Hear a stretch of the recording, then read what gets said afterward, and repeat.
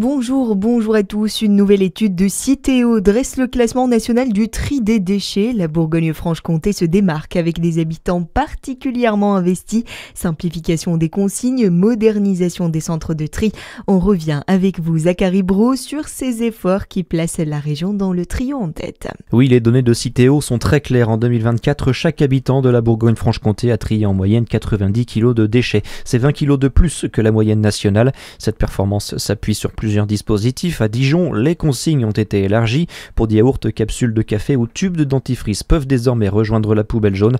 La métropole souhaite aussi installer plus de 830 bornes d'ici 2026. Ailleurs, comme dans la communauté Auxonne-Pontaillé-Val-de-Saône, la tarification incitative pousse les foyers à réduire leurs ordures résiduelles. D'autres territoires misent sur l'intelligence artificielle pour repérer les erreurs de tri ou sur des ambassadeurs qui sensibilisent directement les habitants. Au niveau national, la Bretagne demeure la région la plus performante avec 105 kg triés par habitant.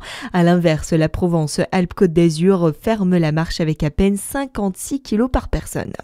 Crise dans la forêt du Haut-Jura. Une réunion publique se tiendra jeudi 27 novembre à Lamoura pour informer sur la situation critique de la forêt du Haut-Jura. Sécheresse, réchauffement climatique et insectes ravageurs fragilisent les épicéas. Spécialistes et acteurs du territoire présenteront les enjeux environnementaux et économiques avant un temps de débat avec le public. L'objectif, mieux comprendre la crise, partager les expériences et discuter des pistes pour l'avenir de la forêt.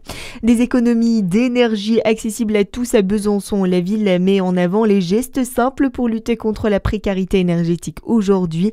Les équipes du SNIM accompagnent des locataires pour réduire les déperditions de chaleur sans engager de gros budgets. Le dispositif propose aussi des aides pour installer du matériel, vérifier la ventilation ou limiter l'humidité.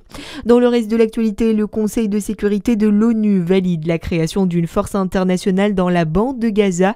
Le plan de paix de Donald Trump pour l'enclave palestinienne, qui a été plusieurs fois modifié, évoque également l'éventualité d'un État palestinien. 13 membres du Conseil se sont prononcés en faveur du texte. La Russie et la Chine se sont abstenus.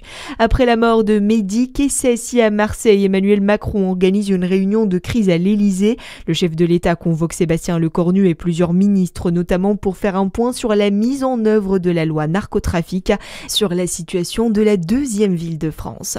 Et puis en foot, et c'est confirmé, le club d'Isselongé recevra Bourg-en-Bresse-Péronne pour le 8e tour de la Coupe de France. Le match est fixé au 29 novembre à 18h au stade des Courvelles. La billetterie doit ouvrir en début de semaine prochaine. En attendant, l'équipe reprend le championnat dès ce week-end avant de préparer cette nouvelle étape historique. À suivre votre météo sur Fréquence.